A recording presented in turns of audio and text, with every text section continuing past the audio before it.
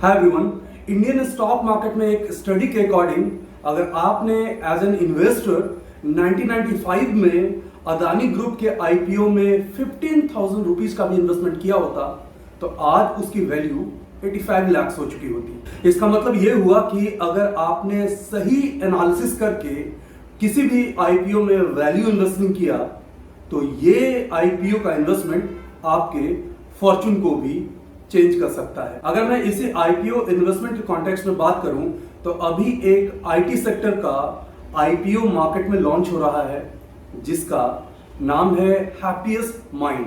तो आज वीडियो में आपको बताऊंगा कि हैप्पीएस्ट माइंड्स आईपीओ के सारे डिटेल्स क्या हैं और साथ ही साथ मैं अपनी डीप एनालिसिस से यह भी बताऊंगा कि क्या इस आईपीओ में मैं इन्वेस्ट करने वाला हूं या नहीं। To watch the full video, stay tuned.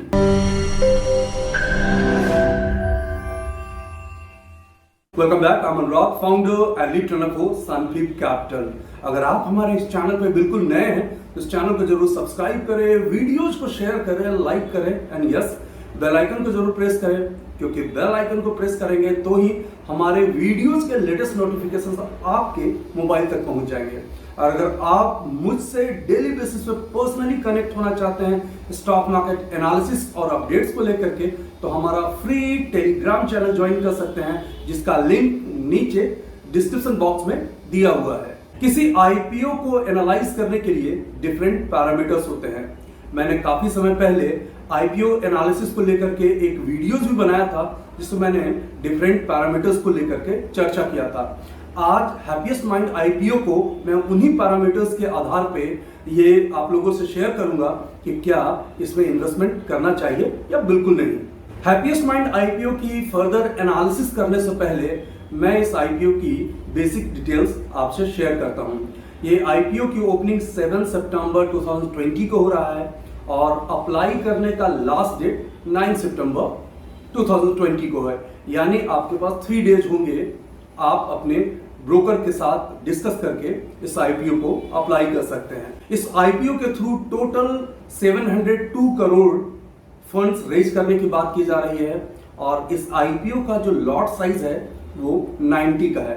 यानी आप मिनिमम एक लॉट के लिए अप्लाई करेंगे तो आप 90 शेयर्स के लिए अप्लाई कर रहे होंगे और इसका जो इशू प्राइस है वो 166 रुपीज रखा गया है। जनरली आप अप्लाई करेंगे तो हायर कट ऑफ यानी 166 के प्राइस पे ही आप अप्लाई करेंगे। इस कंपनी का फेस वैल्यू 2 रुपीज का है और साथ ही मैं एक इंपॉर्टेंट बात यहाँ पे आपसे शेयर कर दूं कि आप अगर रिटेलर हैं तो आप मिनिमम एक लॉट, जिसका मतलब ये हुआ कि आप 14,940 रुपीज दे करके एक लॉट के लिए अप्लाई कर पाएंगे और मैक्सिमम 2 लाख वैल्यू तक का आप अप्लाई करेंगे तो अराउंड 12-13 लॉट आप अप्लाई कर सकते हैं। इससे ज्यादा का अगर अप्लाई करना चाहते हैं, ज्यादा वैल्यू के लिए अप्लाई करना चाहते हैं तो आपको अपने आप को HNI यानी हाई नेटवर्थ इंडिविजुअल क्लाइंट के तौर पे रजिस्टर्ड करना होगा, उसके बाद ही आप अप्लाई कर पाएंगे।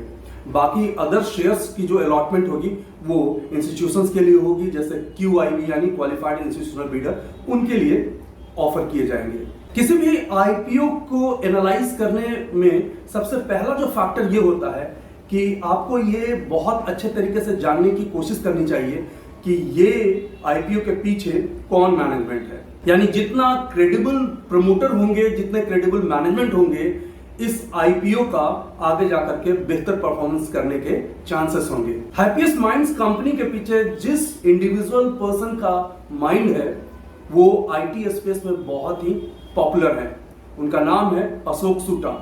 मिस्टर अशोक सूटा पहले विप्रो के वाइस चेयरमैन भी थे और उनकी क्रेडिबिलिटी के लिए आपको मैं बता दूं कि उन्होंने माइंट्री कंपनी को बनाया था, उसका आईपीओ को इंट्रोड्यूस किया था मार्केट में और सक्सेसफुली उसे लिस्ट भी किया था। तो क्रेडिबिलिटी के तौर पे अशोक सूटा जी बहुत ही पॉपुलर हैं और इनकी मैनेजमेंट पे हम रिलाई कर सकते हैं। वैसे मैं आपको इंफॉर्मेशन के तौर पे बता दूं कि मिस्टर अशोक सूटा अभी हैप्पीएस्ट माइंड में एग्जीक्यूटिव चेयरमैन है, डायरेक्टर हैं और प्रमोटर हैं। अब मैनेजमेंट के बारे में हमें इंफॉर्मेशन तो मिल गया, उसके बाद हम बात करते हैं कि बेसिकली ये कंपनी क्या बिजनेस करती है, क्योंकि नेचर ऑफ बिजनेस के जाने बिना किसी भी कंपनी में इन्वेस्ट करना डेंजरस हो सकता है। जैसा कि वीडियो के शुरू मैंने बताया था कि ये कंपनी आईटी स्पेस में है, तो ये कंपनी 3 डिफरेंट सर्विसेज ऑफर करती है अपने क्लाइंट्स को, जिसमें से पहला है डिजिटल बिजनेस सर्विसेज, दूसरा है प्रोडक्ट इंजीनियरिंग सर्विसेज और तीसरा है infrastructure management and security services. अगर इन तीनों बिजनेस की बात करूं तो इसमें से प्रोडक्ट इंजीनियरिंग सर्विसेज से सबसे ज्यादा रेवेन्यू आता है, और अगर स्पेसिफिकली बात करूं तो आउट ऑफ 100% 51% जो है वो प्रोडक्ट इंजीनियरिंग सर्विसेज से आता है। बाकी का जो 49% है इसके जो डिफरेंट 2 सर्विसेज मैंने अभी आपको बताया उससे इसका रेवेन्यू है। अगर वर्ल्ड वाइड बात करें तो अराउंड 77-78% इस कंपनी का रेवेन्यू यूएस से आता है, 12% के आसपास इंडिया से इसका बिजनेस आता है, और उससे जो रिमेनिंग बचते हैं वो वर्ल्ड के डिफरेंट कंट्रीज से इसका बिजनेस आता है। तो डिफरेंट डिजिटल सर्विसेज में इसका स्पेशलाइजेशन है और ये कंपनी काफी अच्छी है। लेकिन किसी भी कंपनी को बेहतर कहने से पहले उसका फाइनेंशियल और वैल्यूएशंस को समझना ज्यादा इंपॉर्टेंट होता है। तो सबसे पहले हम बात करते हैं इसके फाइनेंशियल को लेकर के। अगर फाइनेंशियल ईयर 18 की FY 18 की बात करेंगे तो ये कंपनी लॉस में तो थी, अराउंड 22 करोड़ के आसपास ये लॉस में थी। लेकिन अगर FY 19 और FY 20 की बात करें तो कंपनी ने अच्छा खासा प्रॉफिट किया है। तो आप समझ सकते हैं कि कंपनी कंटिन्यूअसली प्रॉफिट्स बनाना शुरू कर चुकी है। और स्पेसिफिकली अगर आपको बताऊं तो लास्ट क्वार्टर जो जून का था उसमें कंपनी ने 50 करोड़ का प्योर प्रॉफिट किया है। तो किसी भी आईपीओ या किसी भी अदर कंपनी में इन्वेस्टमेंट करने के लिए वो कंपनी बहुत अच्छा होता है जिसका प्रॉफिट ग्रेजुअली बढ़ रहा हो। और हैप्पीएस्ट माइंड्स एक ऐसी कंपनी है जो ग्रेजुअली अपनी प्रॉफिट को मल्टीप्लाई कर रही है।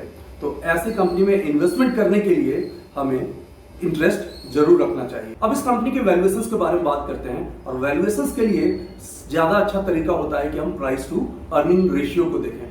प्राइस टू अर्निंग रेशियो इस कंपनी का 26.60 का है, लेकिन बहुत सारे एनालिस्ट के अकॉर्डिंग 166 रुपीज के अकॉर्डिंग 26.60 का पी मल्टीपल थोड़ा एक्सपेंसिव है। ये कंपनी थोड़ी सी एक्सपेंसिव मानी जा रही है। लेकिन जिस तरह से स्मॉल कैप आईटी कंपनीज और मिड कैप आईटी कंपनीज का डिमांड्स है उसके हिसाब से ये लगता है कि शॉर्ट टर्म में ये कंपनी अच्छा गेन दे सकता है। हो सकता है कि लॉन्ग टर्म में ये बहुत ज्यादा अट्रैक्टिव न हो पाए। हालांकि जो रिस्कियर इन्वेस्टर हैं वो इस आईपीओ में जरूर जाना चाहेंगे। किसी भी आईपीओ की लिस्टिंग गेन के बारे में पता लगाने के लिए आपको इस आईपीओ के ग्रे मार्केट रेट के बारे में, कॉस्ट रेट के बारे में पता लगाना ज्यादा जरूरी होता है। इस आईपीओ के डिफरेंट सेंटिमेंट्स को लेकर के क्या रेट बन रहे हैं, क्या रेट निकल करके आ रहा है, तो अभी अराउंड 70-75% का प्रीमियम नजर आ रहा है।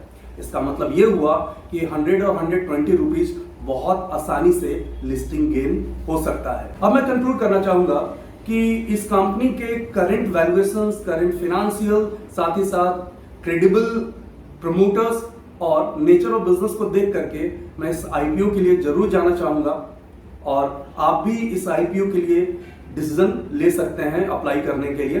लेकिन साथ ही साथ मैं रिक्वेस्ट करूंगा कि उसके लिए आप अपने इन्वेस्टमेंट एडवाइजर से जरूर डिस्कशन कर लें। Okay guys, finally I am signing off. Stock market की कोई भी क्वेरी के लिए आप हमसे फेसबुक, ट्विटर, इंस्टाग्राम और पूरा पे कनेक्ट हो सकते हैं।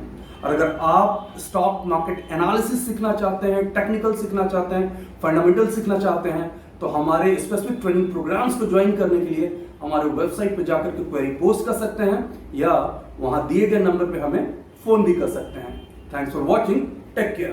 वीडियो को लाइक करें, शेयर करें, सब्सक्राइब करें और आने वाले वीडियोस के नोटिफिकेशंस के लिए बेल आइकन को दबाएं।